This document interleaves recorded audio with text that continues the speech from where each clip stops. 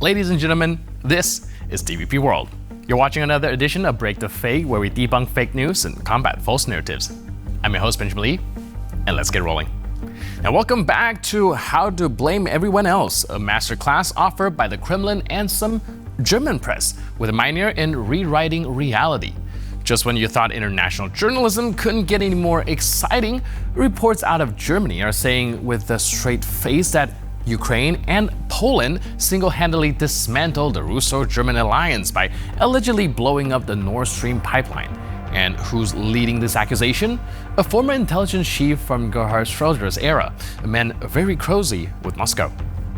Now, this former official is spewing venom about the broken dreams of a German-Russian El Dorado, a mythical land of gas and money where ethics are as make-believe as unicorns. The story behind it might have been laughable if it weren't being pushed by serious German publications, desperate to find a new twist in a tale. And if that weren't enough to stir the pot, there's another delightful development. Germany reportedly saying bye-bye to continued military aid for Ukraine because, guess what? The money pot is supposedly empty. That's it, we're broke, whispers an anonymous government source, because apparently the best way to handle war and international crisis now is through the financial advice from mysterious apparitions. But wait, there's more. Secret leaks suggest Putin was ready to sign a peace deal. But those pesky Ukrainians had the audacity to defend their borders and push back. What peace was Putin considering? One that presumably gives him Crimea and large swaths of eastern Ukraine on a silver platter. So the only official leak came from our favorite Sastra from Belarus. Such an escalation on the part of Ukraine is an attempt to push Russia into asymmetric actions. Well, let's be honest, the use of nuclear weapons. Unquote. Continuing, Lukashenko drifted off to say that I know for sure that Ukraine would be very happy if Russia used tactical nuclear weapons or we would use them. What a weird thing to say out loud, isn't it? Listen for yourselves. Как я тебя вижу, так мы видим, что происходит на театре военных действий и то, что происходит в Украине. Не все, конечно, так, это как у вас даже в 60 минутах вы говорите, понятно, не все это так. Есть люди мотивированные. Вот возьмите Курск. Нападение на Курскую область. Слушайте, там не было непрофессионалов. И они были собраны со всей линии боевого соприкосновения. Это были уже прошедшие по войне в основном люди. Остальных дооснастили, наемники, поляки и прочее. Это были сформированы очень мощные силы. И они зашли... Что такое граница? Я же служил, знаю, что такое граница. Это ребят несколько там, у вас усиленные, допустим. Они не могли сдержать такие силы. И, естественно, военные и Путин сами умрут, но снесут оттуда украинских военных. Вот тогда встанет вопрос, зачем туда зашли? Для того, чтобы похоронить самых таких уже подготовленных бойцов. Уже лучших собрали. А что будет на других участках фронта? Но в чем опасность, Женя? Опасность состоит в том, что вот эта подобная эскалация со стороны Украины – это попытка толкнуть Россию на асимметричные действия. Допустим, применению ядерного оружия. Знаю точно, что в Украине были бы очень рады, если бы Россия применила, или мы там, тактическое ядерное оружие. Now, these stories rely so heavily on anonymous sources, it might as well be an episode on X-Files. The international media, on their part, aren't asking too many questions. What peace deal was there on the table? What sources are these leaks coming from? But why bother with pesky details when you can have headlines? Stay tuned for more updates from the alternate reality, because it's going to be quite a wild ride. Alright, let's take a peek into the grand circus of Russian TV, where Vladimir Soloviow, the ringmaster of state propaganda, spin his nightly web. On any given evening, you can't expect him to be orchestrating a grand symphony of threats and tirades against anyone daring to cross Moscow's path. If his show had a subtitle, it might as well be Enemy List Live Edition. Now on his latest act, who is Soloviow plotting to obliterate? Western leaders, Ukrainian cities, or perhaps some new unforeseen threat that only the Kremlin can see with its KGB-issued spectacles? While watching Soloviow's show is like tuning into a darker, more sinister version of Who Line Is It Anyways, where everything's made up and the points, like the justifications for the war, don't matter. Немцы в этом плане тоже счастливы. Они счастливы! Ну, я не знаю, как у вас, а у меня реакция только одна. Ну, придется стереть с лица земли всю военную машину немецкой фашистской гадины. Вообще, европейской твари. Ну, просто не надо тешить себя иллюзией. Не должно быть у нас в стране никакой партии мира, никаких попыток договориться. То есть все.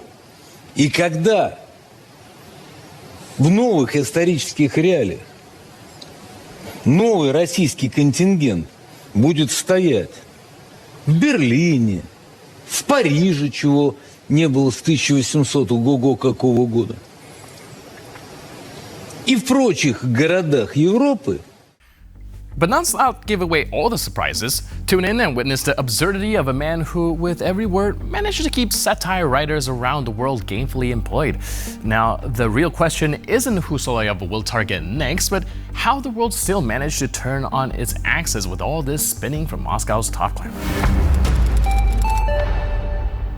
In a twist that nobody saw coming, except maybe everyone, the people of Kursk are getting a taste of what effective government feels like.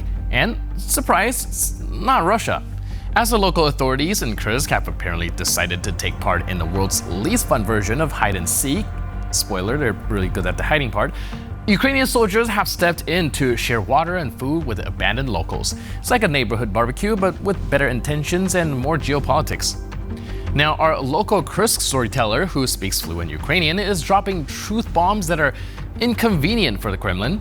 It's almost as if the Kursk region is auditioning for a spot in a new homeland, because let's face it, the local Russian administration fleeing the scene sounds like a de facto resignation letter.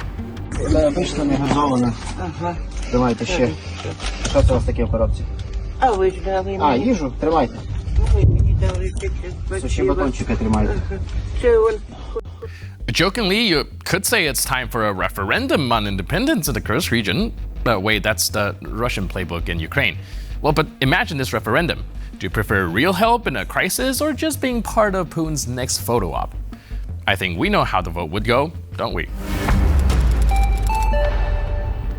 Chechen leader Ramzan Kadyrov, a man known more for his iron fist than his environmental credentials, has publicly thanked Elon Musk for a shiny new Tesla Cybertruck. Yes, that's right, the same electric behemoth that looks like it escaped from a sci-fi film. And where is this Cybertruck supposedly going? Ukraine. The idea of a Cybertruck cruising through a conflict zone sounds like something straight out of a fever dream. It's more likely an elaborate PR stunt on Kadyrov's part, as opposed to Elon actually sending one of his futuristic trucks into a war zone, which he couldn't, by the way, because Kadyrov has been slapped with so many sanctions that he's been basically reduced to buying whatever the local grocer has. Он Маск, он будет доволен.